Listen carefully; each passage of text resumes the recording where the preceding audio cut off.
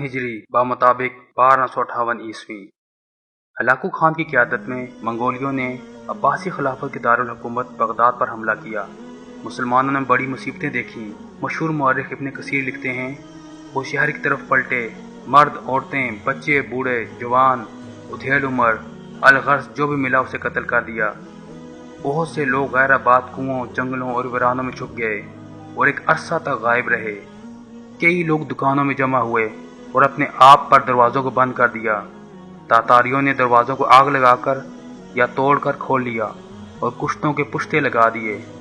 जो बच गए पहाड़ी चोटियों की तरफ भाग निकले। इन वहशियों ने यूं खूनरेजी की कि खून गलियों में बारिश के पानी की तरह बहता था। किसी की जान बख्शी ना हुई सवाए यहूदियों, नसरानियों और उन लोगों के जिन्होंने इनकी पनाह ली।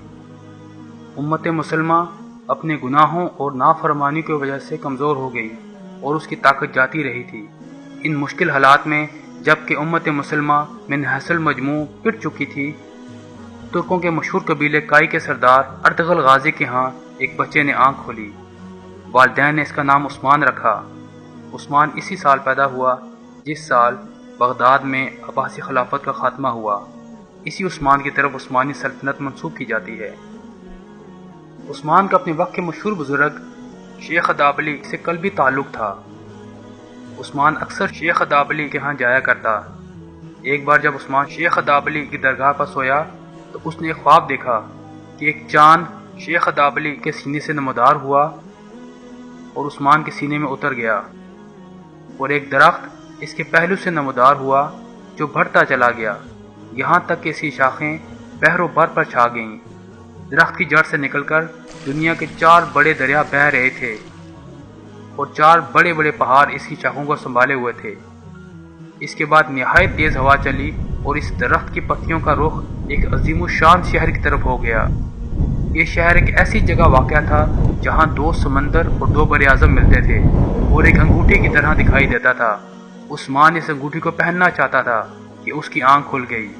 उस्मान ने जब ये ख्वाब शेख अदाबली से बयान किया तो शेख अदाबली ने उस्मान को मुबारकबाद दी और फरमाया कि अल्लाह ताला ने तुम्हें और तुम्हारी औलाद को इस्लाम की खिदमत के लिए चुन लिया है और मेरी बेटी की शादी तुमसे होगी।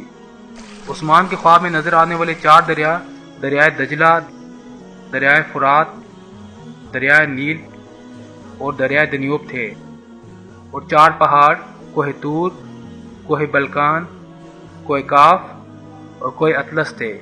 बाद में उस्मान की औलाद के ज़माना में चूँकि सल्तनत इन दरियाओं और इन पहाड़ों तक फैल गई थी, इसलिए यह ख्वाब दरअसल सल्तनत उस्मानिया की वसअत से मुतल्लिक एक पेशन गोई थी। शहर से मतलब कस्तंतुनिया का शहर जिसे उस्मान के बाद उसकी औलाद में सुल्तान मोहम्मद फातिह ने फतह किया।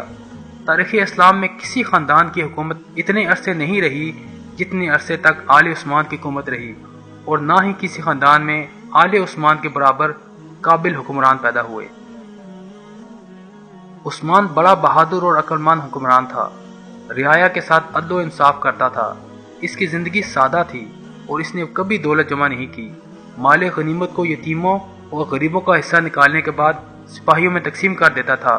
वो फयाज, रहम दिल और मेहमान नवाज था और इसकी इन खूबियों की वजह से ही तुर्क आज भी इसका नाम इज्जत से लेते हैं। इसके बाद ये रिवाज हो गया कि जब कोई बादशाह तख्त पर बैठता तो उस्मान की तलवार इसकी कमर से बांधी जाती थी और दुआ की जाती थी कि खुदा इसमें भी उस्मान ही जैसी खूबियां पैदा करे। उस्मान जब एक शहर कराजा हसार में काजी मुकर्रर हुआ तो उसने एक झगड़े में एक मुसलमान के खिलाफ हुक्म सुनाते हुए बैजंतीनी नसरानी के हक में फैसला कर दिया। बैजंतीनी को इससे बड़ा ताजुब हुआ और उसने उस्मान से पूछा, आप मेरे हक में फैसला कैसे दे सकते हैं जबकि मैं आपके दीन पर नहीं हूँ? तो उस्मान ने उसे जवाब दिया, मैं आपके हक में फैसला कैसे ना दूँ जबकि अल्लाह ताला जिसकी हम बंदगी करते हैं हमको इंसाफ करने का हुक्म फरमाता है। उस्मान के इस अदल व इंसाफ की बदौलत ये शख्स और इसकी कौम को हदायत नसीब हुई اور وہ مسلمان ہو گئے۔ 1281 میں ارطغرل غازی کی وفات کے بعد عثمان جب اپنی قوم کا رئیس اعظم مقرر ہوا تو اس نے بڑی دانائی کا مظاہرہ کیا اور سلطان علاؤ الدین کی نصرانیوں کے خلاف مدد کی۔ بہت سے ناقابل شکست شہروں اور مضبوط قلعوں کو فتح کرنے میں اس کے ساتھ رہا۔ اسی وجہ سے دولت سلاجقہ روم کے فرما روا سلجوقی سلطان علاؤ الدین نے اسے بڑی عزت دی، اسے اپنے نام کا سکہ ڈھالنے اور اپنے ماتحت علاقوں میں اپنے نام کا خطبہ پڑھنے کی اجازت دے دی۔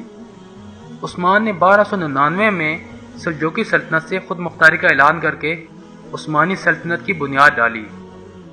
عثمان غازی کی نوزائیدہ سلطنت کی سرحد قسطنطنیہ کی بازنطینی سلطنت سے ملی ہوئی تھی۔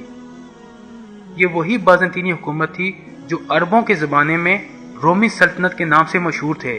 اب یہ بازنطینی سلطنت بہت کمزور اور چھوٹی ہو گئی تھی، لیکن پھر بھی عثمان غازی کی سلطنت کے مقابلے میں بہت بڑی اور طاقتور تھی۔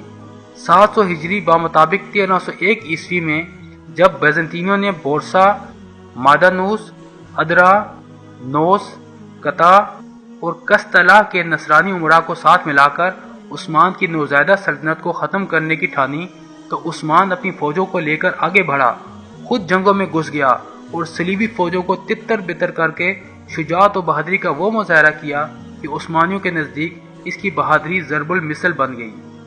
عثمان کے زیر نگی علاقوں کے قریب بسنے والے لوگوں کو جب اس بات کا علم ہوا کہ وہ دین اسلام کا ایک مخلص سپاہی ہے تو وہ اس کی مدد پر کمر بستہ ہو گئے اور ایک ایسی اسلامی سلطنت کے ستونوں کو مستحکم کرنے کے لیے اٹھ کھڑے ہوئے جو اسلام دشمن نصرانی سلطنت کے سامنے ناقابل عبور دیوار بن کر کھڑی ہو گئی۔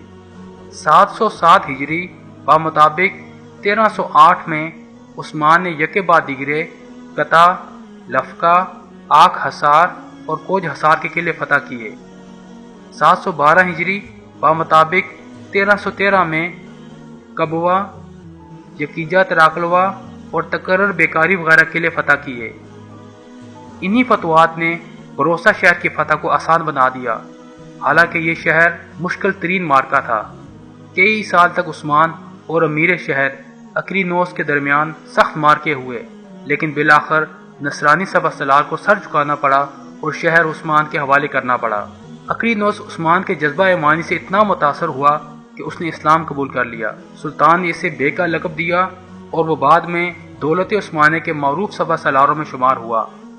بیزنطینی سلطنت کے کئی سپہ سالار عثمان کی شخصیت سے متاثر ہوئے، حتیٰ کہ عثمانیوں کی صفیں نو مسلم سپہ سالاروں سے بھر گئیں، بلکہ بہت سی اسلامی جماعتیں خدمت اسلام کے جذبے سے سرشار سلطنت عثمانیہ کے جھنڈے کے نیچے جمع ہو گئیں۔